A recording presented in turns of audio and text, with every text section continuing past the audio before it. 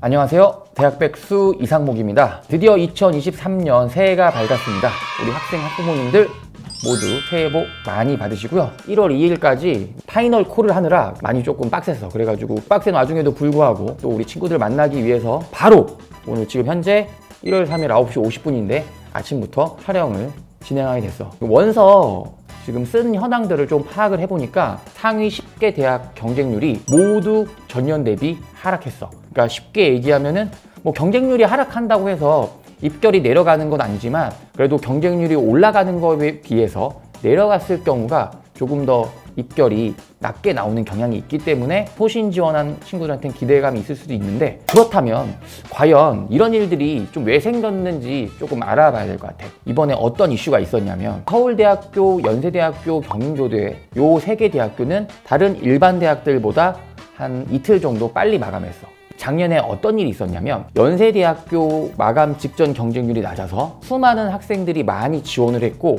연세대학교가 작년에 경쟁률이 쭉 올라갔어. 그러다 보니 어떤 결과가 생겼냐면 고려대에 지원할 학생 수가 없어서 고려대학교가 좀 입결이 하락했던 학과들이 몇 개 있었어. 그러다 보니까 이것들을 학생들이 좀 기억을 했나 봐. 오히려 연세대학교 직전 경쟁률이 낮았음에도 불구하고 우리 친구들이 많이 도전을 하지 않았던 것 같아요. 지원자가 거의 2,000명 가까이 줄었고 서울대학교도 경쟁률이 낮아졌고 거의 그 다음날 괴담처럼 돌았지. 고려대학교 폭발 날 것이다, 어떡하냐 고려대 지원자들 하면서 난리가 났지만, 물론 일부 과들은 경쟁률이 높았지만 사실 고려대학교도 전년과 비슷한 수준, 약간 낮은 수준이라고 평가돼. 전반적으로 보면 경쟁률이 좀 낮게 형성되었는데 이런 결과가 왜 나왔을까? 첫 번째로는 나랑 상담했던 우리 친구들 그리고 학부모님들은 알 텐데, 그 모의 지원 사이트에서 올해 이 정도 지원할 것이다 라고 하는 이 예상 지원자 수를 작년 지원자 수보다 적게는 한 10에서 올해는 많게는 20% 정도, 어디 정말 많았던 데는 작년에 거의 5배 정도까지 잡아놓았던 분도 있었어. 예상보다 지원을 많이 할 거라고 생각을 하다 보니 그만큼 합격자를 주는 등수가 적었고 학생들에게 위험하게 다가왔던 것 같아요. 쉽게 얘기하면 100명까지 합격할 수 있음에도 불구하고 한 80명 정도까지 합격할 수 있을 것이다 라고 약간 이게 보수적으로 잡았던 게 합격할 수 있는 등수들이 지원을 못하게 되었고 자연스럽게 경쟁률이 낮아지게 된 것 같아.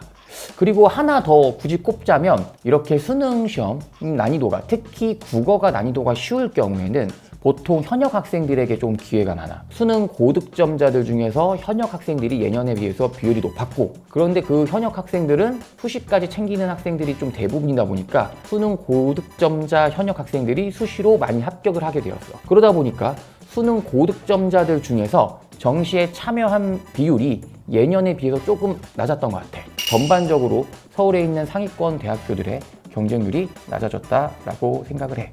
그리고 지난주에 혹시 내가 찍었던 컨텐츠 기억나? 그 경쟁률이 높다고 해서 입결이 높지 않다라는 내용. 이게 결국에는 올해도 이어났어. 내가 항상 얘기하는 거야. 역사는 반복된다. 입시도 반복된다. 한번 내 사례를 하나 해줄게. 숙명여대학교 경제학과 경쟁률이 9대1이 넘었어.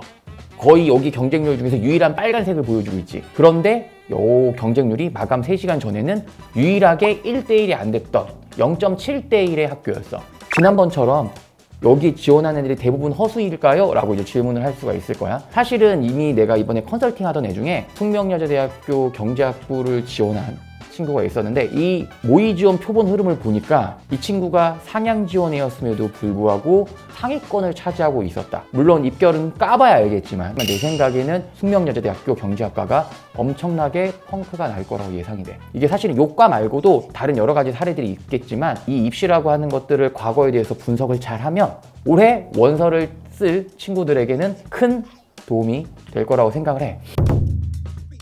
내가 어제까지 상담을 끝내면서 이제 많은 학부모님들, 학생분들이 수고하셨습니다, 고생하셨어요 이런 인사를 많이 받았어. 뿌듯함도 있는데 이미 상담했던 학생들의 상당수가 재수를 결심한 친구들이 있는 것 같아. 어제부터 재수종합반에 등록하면서 공부를 시작한 친구들도 있고, 올해 감히 예상을 하자면 사실 이렇게 경쟁률이 낮아서 상위권 학교들에서 입결 하락이 나오면 또 재수를 또 마음먹는 친구들이 있을 것 같아. 그러니까 뭐 예를 들면 건국대 정도 되는 학교를 진학할 수 있는 점수를 받아서 거기에 진학해서 합격을 했는데 혹시라도 나중에 들려오는 소리를 들어보니까 나보다 점수 낮은 친구가 나보다 더 좋은 학교를 갔다라는 이런 소리를 들으면 보통은 반수의 마음을 조금 먹게 되거든. 그런 것들도 고려를 해보면 재수생뿐만 아니라 새롭게 유입되는 반수생들도 있을 것 같다라는 생각이 들어. 작년에 분명히 입시하면서 아쉬운 부분이 있었고 공부하면서 아쉬운 부분이 있었겠지만 만약에 올해 재도전을 하는 친구들이라면 올해는 후회 없이 열심히 공부해서 좋은 결과 있기를 바랄게.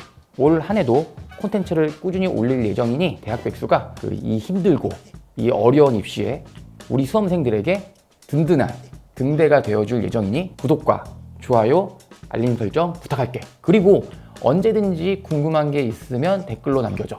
다 댓글을 달아주도록 할게.